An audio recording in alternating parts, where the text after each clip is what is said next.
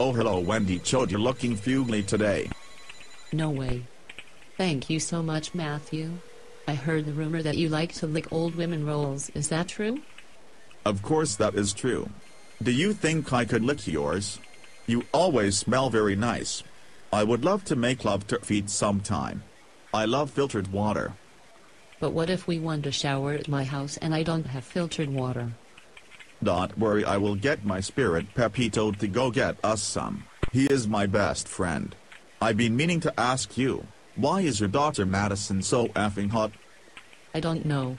She really is quite attractive, isn't she? I would tap that. I would tap that too, except for not because I'm in love with Danica Rose Bishop, my one and only. Oh, that DRB, she's a keeper. So I was wondering, have you fucked off into any forests lately?